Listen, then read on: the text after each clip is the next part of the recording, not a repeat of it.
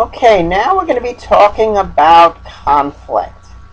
This is an unfortunate circumstance that happens when people get together into groups. They have disagreements. Disagreements can get heated. They can form conflicts. They can get hostile. But basically, disagreements are inevitable. We can't always agree on everything. So conflict is something that is always going to be with us. We can't simply eliminate conflict. However, what we can do is manage conflict, and we can do things that might prevent it from escalating too much. So that is essentially, so we're going to be talking about some of the aspects of conflict now. Well, let's start by asking, what is conflict? Conflict is disagreement. And again, this disagreement could lead to some friction, some maybe a little hostility. Basically, if the actions or beliefs of one group member might be unacceptable to another group member, and again, it would invite resistance. So this is where conflict comes in. Okay, and there are a number of different ways in which it can happen, but basically, this is a basic pattern of conflict that occurs in groups. So there's routine interaction of the group, and then there's a disagreement. So you may have two group members disagreeing about some aspect of what the procedure, or disagreement about how people are treating each other in the group, or whatever it happens to be. But there's a disagreement. Well, this disagreement could lead to a conflict. The conflict can go back and forth for a while, and the back and forth of a conflict can lead to conflict escalation, where the conflict gets worse and more heated. Until finally they have to kind of simmer down and start, bringing down the conflict. So this is where the de-escalation comes, where they start calming down. And once they're calm, they can now work out a solution. They can resolve the conflict. And once the conflict is resolved, they can move on back to routine interaction, until, of course, the next disagreement comes around. So here are some of the roots of conflict. Here is, what's the issue involved for the conflict.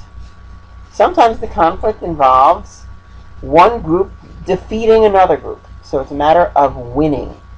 So if you have a group and there's a disagreement where one person wants to win over the other, then we're talking about competition, and the issue is who's going to win. Sometimes the issue is how they're going to distribute resources, how they're going to share something, who gets what. So they have to decide. Well, maybe you have two people say, well, no, I think I should get more than you because I contributed more to the group than you. So meh. And there would be an issue of resource distribution that leads to conflict. Sometimes the conflict involves who is in charge of the group, who is the leader of the group, the power in the group, and this is where power struggles can occur. So maybe you got two people who want to have the control of resources, who want to be able to control the direction of the group. So these are maybe two individuals who have to, who disagree about who should be in charge, and that leads to conflict. So they, so that is certainly where conflict can begin. Sometimes the conflict involves the work that you're doing, and there's just disagreement about what direction the group needs to go, what tasks need to be completed. Maybe which task should be completed first, which task should be put on the back burner, stuff like that. How the group meeting should proceed. Maybe there may be differences of opinion regarding that.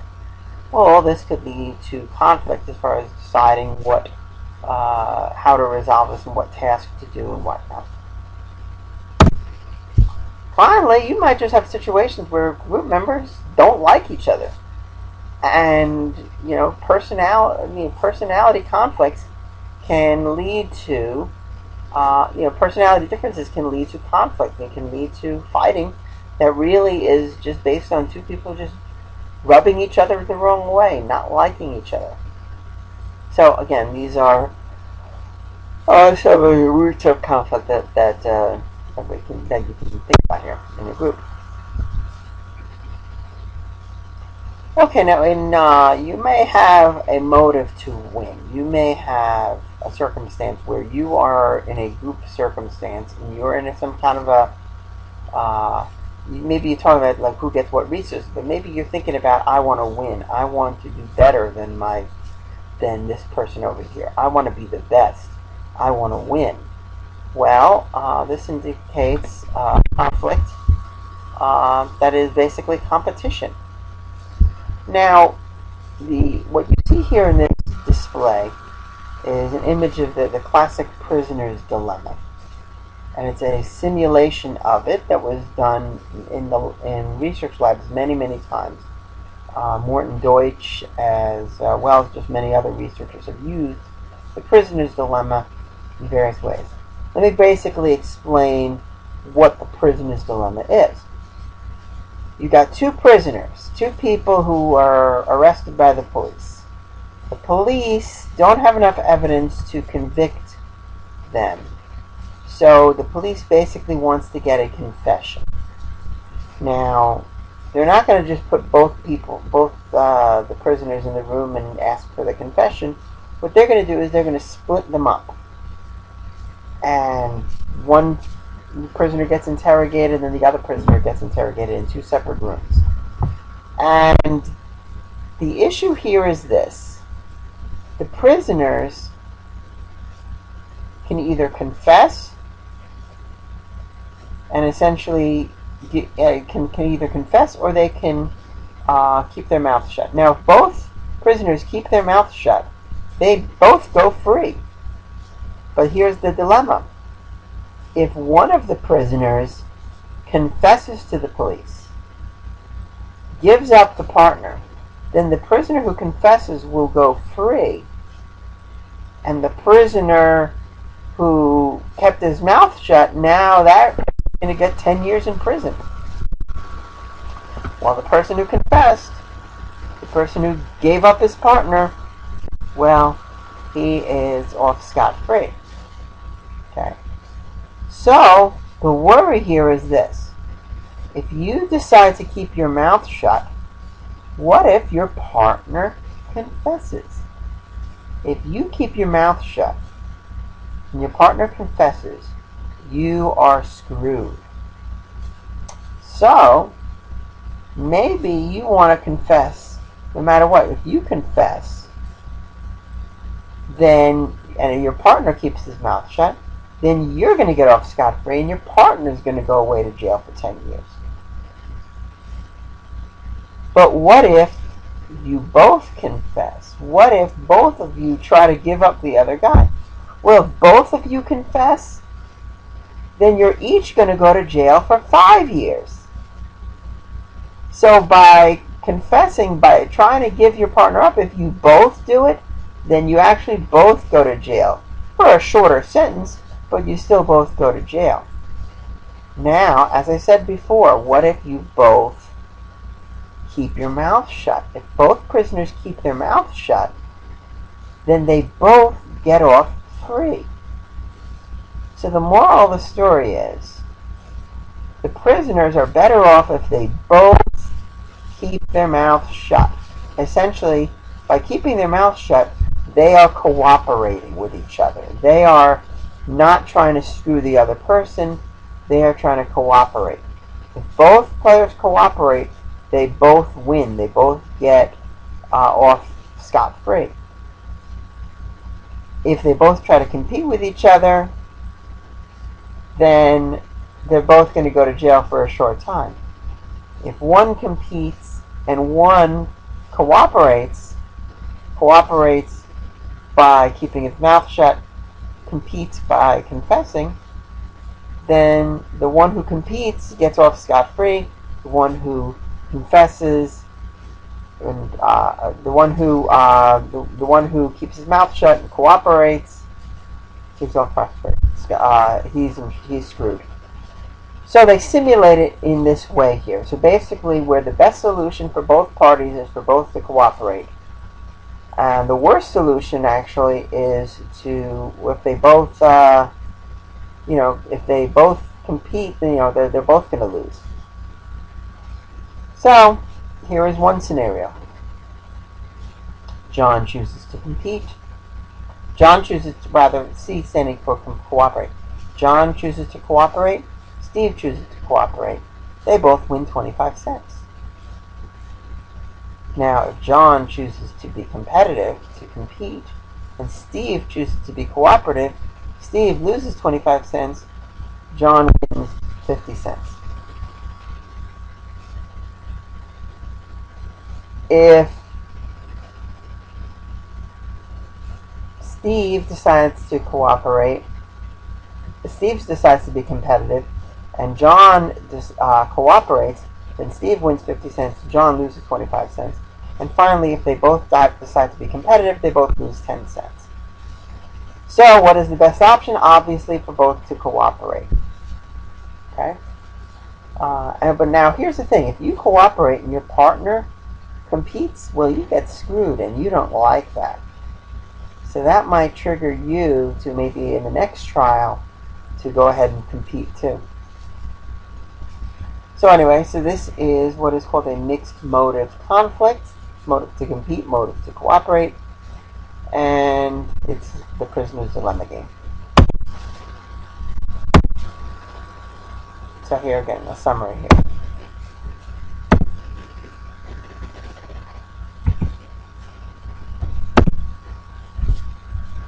So what are some factors that influence the choices people make in the prisoner's dilemma game? The choice to cooperate, for mutual benefit, or compete for self-benefit.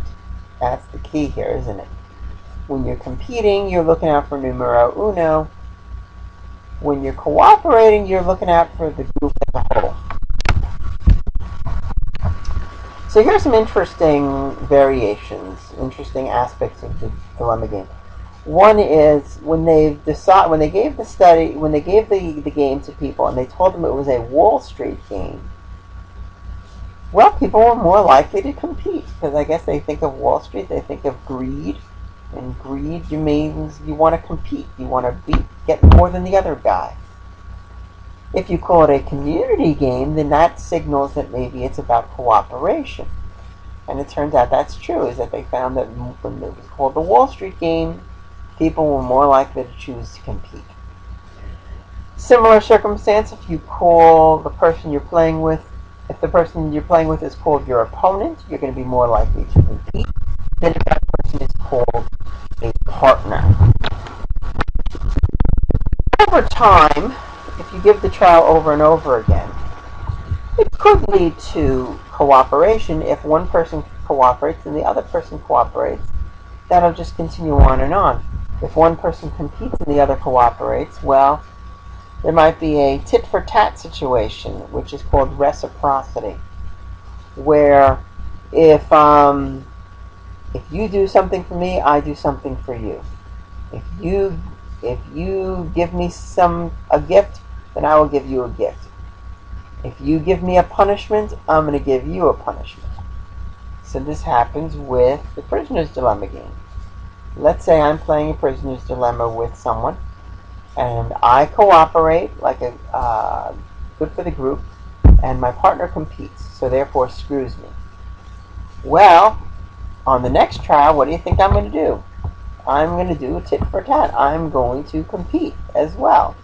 So, unfortunately, however, what you don't want to have is like trial after trial after trial, compete. But unfortunately, that could happen, and both people lose when that happens. If you increase the amount of money involved, it might encourage people to be more competitive. They want to get the money. But then again, cooperation can, lead to greater amounts of money for everybody. But sometimes you can alter the circumstance where the risk of getting screwed, of cooperating when your partner competes, may be so high that maybe the safest thing for you to do is just always compete. So that can happen as well. Women tend to be more on the cooperative side than men are. Men tend to be more competitive, which seems to make sense in terms of gender roles and whatnot. Finally, like an application of this, when you think about it, basically, the lesson from the prisoner's game is this. Basically, if both cooperate, then everyone does well. So if you translate that into a classroom or even a larger society, if everybody cooperates, then everybody can do well. If people are competitive with each other, then really you're just wanting to look out for becoming better than the next guy. It doesn't matter how much you learn or what. So a cooperative classroom, the classroom is set up such that cooperation is encouraged and competition, like competition over grades and everything, is minimized. In those kind of circumstances, the students tend to interact better, they tend to learn more. So, it might be a good idea to try to reduce competitiveness among students.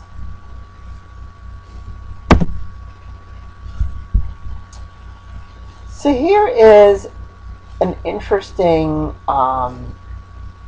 point of view when it comes to the people who participate in the prisoner's dilemma game. And the argument is that there are certain kinds of social values, orientations that people can have that kind of put them in a tendency to do one thing or another. Okay, and there are just basically 4 categories here that really match the 4 categories of the prisoner's dilemma. Let's say you are an individualist. An individualist is really only concerned with your outcomes. You want to achieve as much as you can. You're not really concerned about how anybody else does, but you just want what is best for numero uno. That's an individualist. Okay? It's a high concern for themselves and little or no concern for their partner. What about somebody who is a competitor? They are pro-self. They are so. In other words, they're concerned about themselves, and they want to minimize their other outcomes. They actually want to see the prisoner's dilemma as a win-lose situation. They don't care as long as they are better. They make more money than their partner. So. This is about help. You're pro-self, but you want to minimize the other person's outcomes. You want the other person to do worse than you. If you read the textbook, there's a little interesting story about the poor man in. The poor man who gets a wish from God. God comes down and basically gives him a wish. He says to him, "I can give you anything you want. So you can have anything you want.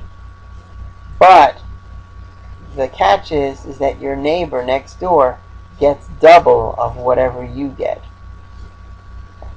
So if you ask for $1 million, your neighbor gets $2 million. If you ask for $100 million, your next door neighbor gets $200 million. Well, what did he ask for? He said, take out one of my eyes. Meaning, I want to be better off than my neighbor. And therefore, having one eye versus no eyes, that's what I want. I want to be better off. I don't care about rich. I just want to be better off than my neighbor. And that's an interesting kind of sad story, huh? The altruists, on the other hand, they are interested in helping others. They are pro-social. They want others to succeed. But they're not pro-self. So they are willing to sacrifice their own outcomes in order to help other people. So the altruist is the person who helps others, doesn't help themselves. Cooperators, on the other hand, they are pro-social and pro-self. They want to maximize their own outcomes, but they also want to maximize the others' outcomes as well. They are concerned for the others, and they want the others to do well too. They are looking for win-win situations, and those are the great ways to resolve conflicts, is when you can find a solution where both parties do better.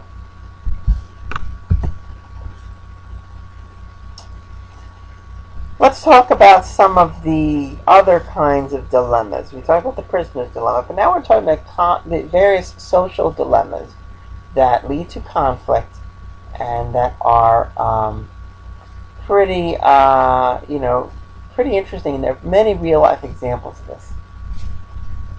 The commons dilemma. This is an example of commons dilemma is where everybody has, it's basically the tragedy of the commons is this.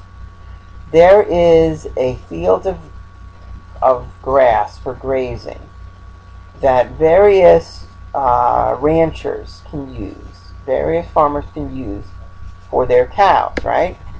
So they bring their cows in to graze, but they only can bring in one cow, or they can only bring in a certain number of cows each. If they bring in more than their their permitted number of cows, the problem is that, if they could do that, if they could just bring in an extra cow, then they can benefit from it, and they can take home, and then their cows can be more successful than their neighbors. But the problem is, if everybody makes that decision, if everybody takes a little too much, well then, the grass is all going to die, and all the cows are going to starve, and you've lost it. So basically, the tragedy of the commons is, you've got to take your allotment and no more than that. And if you try to violate that, if you try to take a little bit more, and if everybody else does the same thing, there's the trap, and there's where everybody can, essentially everybody can suffer. Commons dilemma actually reminds me of this nonsense that went on with this rancher, I think out in Nevada, named Cliven Bundy. Cliven Bundy had his cows, his herd of cows, and he brought them to land for grazing, and the land was owned by the federal government. Basically, he had to pay a fee in order to use that land to graze his cows. Well, Cliven Bundy apparently believed that the federal government was not a legitimate authority, and he felt that he could just go there and graze for free.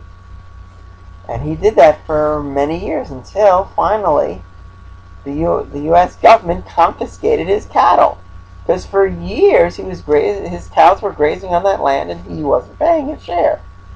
So eventually then there were a whole bunch of militia people who came down and came to defend him from the federal government, who was unjustly taking away his stuff. But really, he was just for years and years and years exploiting the shared resources. He was using the common land there for other farmers as well, and he was just taking more than he was deserving. He wasn't paying his dues. Similar to the commons dilemma is the public goods dilemma. In this case, everybody is expected to pay something, to contribute to something. So you contribute, maybe you have a group that gets together, you each contribute a little bit of money, and with the money you contribute, you all pay for something nice, maybe pay for a nice dinner once a month.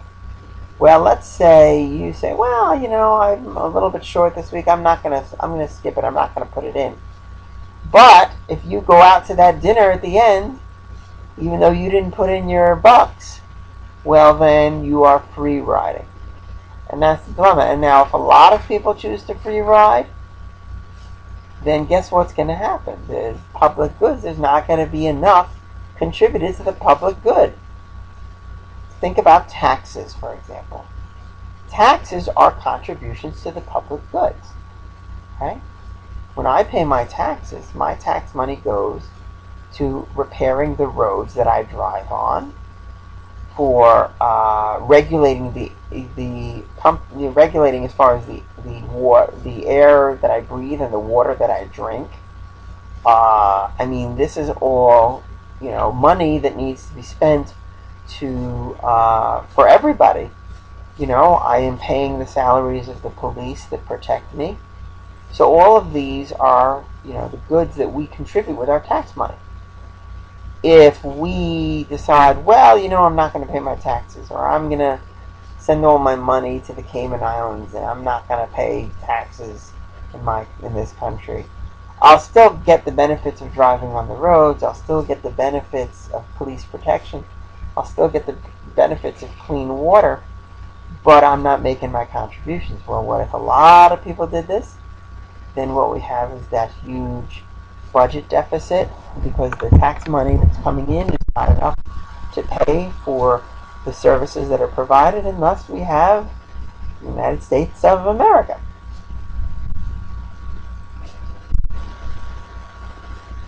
We also have fairness dilemmas, and these dilemmas are involving, could be distributive justice as well as procedural justice. Procedural justice, I mentioned this in the previous lecture. Procedural justice is the belief that the procedure for making a decision is just and is fair. If you agree with the decision, so for example, if it's a matter of, maybe you're being voted out of a club, well, maybe you want to make sure that everybody in the club perhaps has a voice to say. Some people who might defend you, some people who might not, but basically you want the whole voice involved. You don't just want the people who don't like you to be the ones making this decision. So you want to have fairness in terms of the procedures. And when you have fairness in procedures, then, there's going to be more satisfaction and trust in the system. Okay? But there are also distributive dilemmas. There are dilemmas about who gets what. When you have certain kinds of shared resources, you need to make a decision about who gets what. There are a number of different fairness models, fairness approaches that a person can take.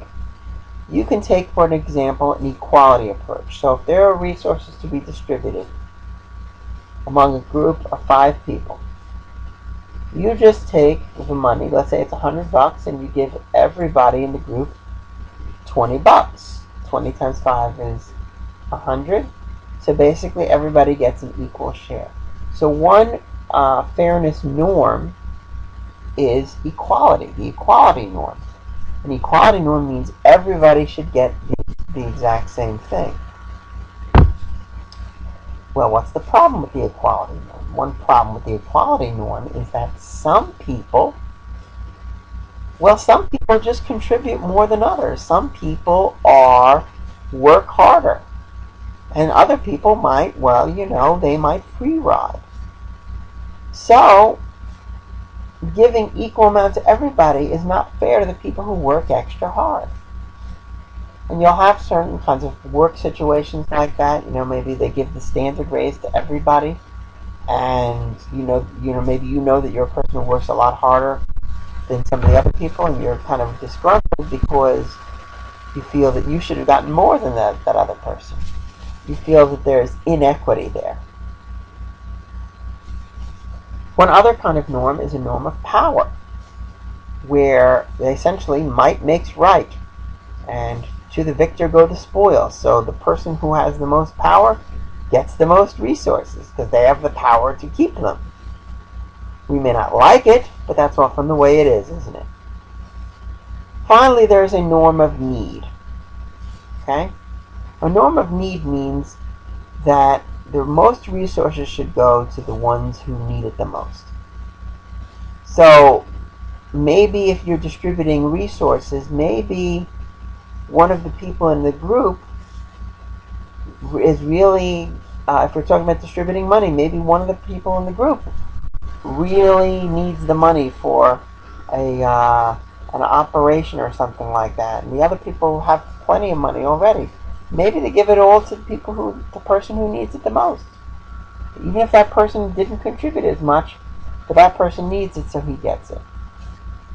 By the way, look at the picture here. The research done on monkeys. When monkeys see other monkeys getting rewards, and this monkey gets pissed off when he sees this monkey getting rewards. Sometimes this monkey will get a nice sweet grape as a reward, and this one will get a boring old piece of cucumber. Well, the monkey that gets the cucumber is real angry when they see the other guy getting the grape. The monkey will throw things at the researcher. This monkey here is going to be really upset. Just like human beings, huh? So finally here, another kind of dilemma is a responsibility dilemma. Egocentrism versus sociocentrism. Do we want to think about the group, think about, in terms of making decisions, you want the group to be successful, or you think you're using egocentrism and basically just saying, thinking about numero uno, thinking about yourself. And again, these are some of the common dilemmas that we have to consider when it comes to conflict. Some kind of conflicts that can occur in a group can be task conflict, process conflict, and of course personal conflict. A task conflict comes about when there are disagreements about, perhaps what the goals are for the group. How you should proceed. So this task conflict has to do with a disagreement about, what the group should be doing. So, but task conflict actually can be pretty good, because task conflict irons out differences and perhaps produces a better decision-making, better plan. Task conflicts are good in that they can iron out the good ideas from the bad ideas. So if there's a conflict where one person has a good idea and one person has a bad idea, tell you, you'd like the person with the good idea to win. You want the person with the bad idea to give up on it and, perhaps get with the program.